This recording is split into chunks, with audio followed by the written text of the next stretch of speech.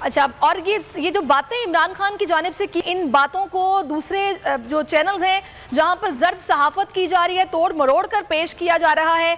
میں چاہوں گی سمیع صاحب اس پر یہ بتائے گا کہ بات انہوں نے کہی کیا اور اس کو بیان دوسرے چینلز پہ کس طرح کیا جا رہا ہے، کہ زرد صحافت کیوں کی جا رہی ہے؟ دیکھیں، یہ جو عمران خان نے آج بھی اس بات کا ذکر کیا، انہوں نے کہا کہ یہ جو اینکرز ہیں، یہ جو چینلز ہیں، آپ ان کی پاپولیرٹی دیکھ لیں، ان کی ریٹنگز دیکھ لیں، اور یہ اس وقت جتنی، یہ تو زرد صحافت، یعنی جھوٹی صحافت جو ہے، ایک پروپیگنڈا ہے، بنیادی طور پر یہ صحافت نہیں ہے، اور اس کا مقصد یہ ہے عمران خان کے امیج کو ڈسٹارٹ کیا جائے، کیونکہ یہ عمران خان سے بہت خوفزدہ ہو گئے ہیں۔ عمران خان کا بھوت جو ہے نا،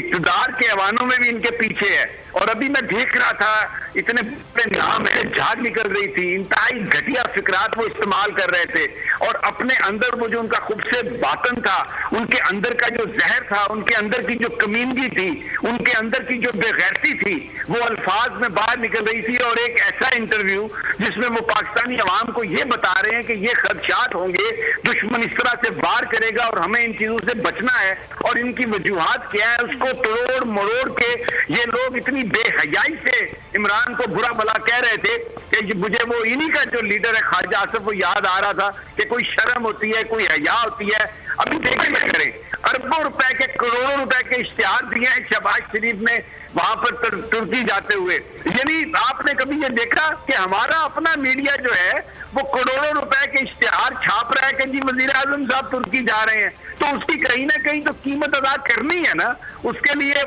پھینکی گئی ہے، اب اس ہڈی کو تو چوسنا ہے، اس کی خدمت تو پوری کرنی ہے، اس کے پیسے تو دینے ہیں۔ تو یہ سارے کے سارے ابھی اس وقت وہی جو ترکی کے اشتہار سے کروڑ روپے کے، وہ جو اس کا حق کے نمک ادا کر رہے تھے، اور ایک ایسی چیز جو کہیں نہیں گئی وہ عمران صاحب کے منہ میں ڈال کر ان کو ڈسٹارٹ کرنے کی۔ اور میں آپ کو یہ بڑا کھل کے بتا رہا ہوں کہ یہ ان چینلز کا بھی اتنا قصور نہیں ہے، ہمیں سب پتہ ہے کہ یہ کہاں سے انسٹرکشن آ رہی تھی، کون یہ چیزیں بھیج رہا تھا رپورٹرز کو،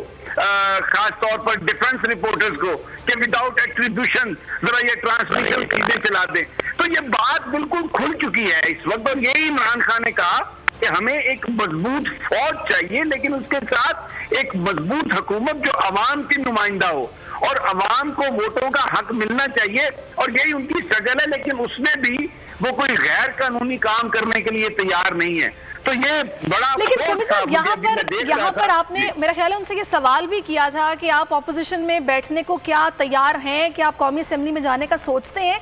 تو قانونی طریقے سے اگر کرنا چاہتے ہیں تو باہر بیٹھ کر کس طرح ہو سکتا ہے؟ ہم نے دیکھا ہے ماضی میں حکومتوں میں مینیپولیٹ کیا جاتا ہے، ریگنگ کی جاتی ہے، اپنے اختیارات کو حکومت میں رہتے ہوئے استعمال کیا جاتا ہے، نتائج ہی بدل دیے جاتے ہیں، تو کیسے ہوگا یہ سب؟ نہیں، وہ ان چیزوں کو تسلیم کرنے کے لیے، کیونکہ ان کی فلسفی یہ ہے کہ جو سٹرگل ہے وہ سسٹم کے اندر رہ کر ہو سکتی ہے، آپ سسٹم سے باہر جا کر نہیں کر سکتے۔ یہ جو انہوں نے اسمبلیوں میں واپسی سے انکار کیا نا، وہ ابھی جو انہوں نے استعفے دیے ہیں وہ اس چیز سے انکار کر رہے تھے، ہم وہ استعفے واپس لینے کے لیے تیار نہیں ہیں، اور اس لیے میں ان اسمبلیوں میں واپس نہیں جاؤں گا۔ لیکن جو نئی اسمبلی ہوگی اس میں وہ اگر الیکشن ہارتے بھی ہیں تو وہ اس کو ماننے کے لیے تیار ہیں، وہ کہتے ہیں کہ آپ فیئر اور ٹرانسپیرنٹ اور ایک شفاف فیلڈ فراہم کر دیں، اور اس کے بعد جو اس کے نتائج ہیں وہ اس کو تسلیم کرنے کے لیے تیار ہے۔ لیکن انفارچونیٹلی اس وقت جو یہ موجودہ جو ٹولہ ہے حکمرانوں کا، یہ جو